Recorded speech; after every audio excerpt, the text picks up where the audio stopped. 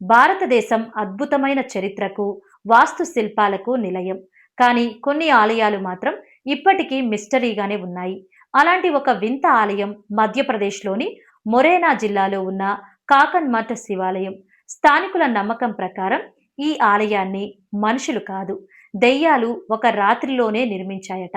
సుమారు 115 అడుగుల ఎత్తులో ఉన్న ఈ ఆలయం ఏ సిమెంట్, గారా లేకుండా కేవలం రాళ్లతోనే నిర్మించబడింది. ఎన్ని ప్రకృతి వైపరీత్యాలు వచ్చినా, చుట్టూ ఉన్న నిర్మాణాలన్నీ కూలిపోయినా కూడా ఈ ఆలయం మాత్రం చెక్కు చెదరకుండా నిలబడి ఉండటం ఆశ్చర్యం.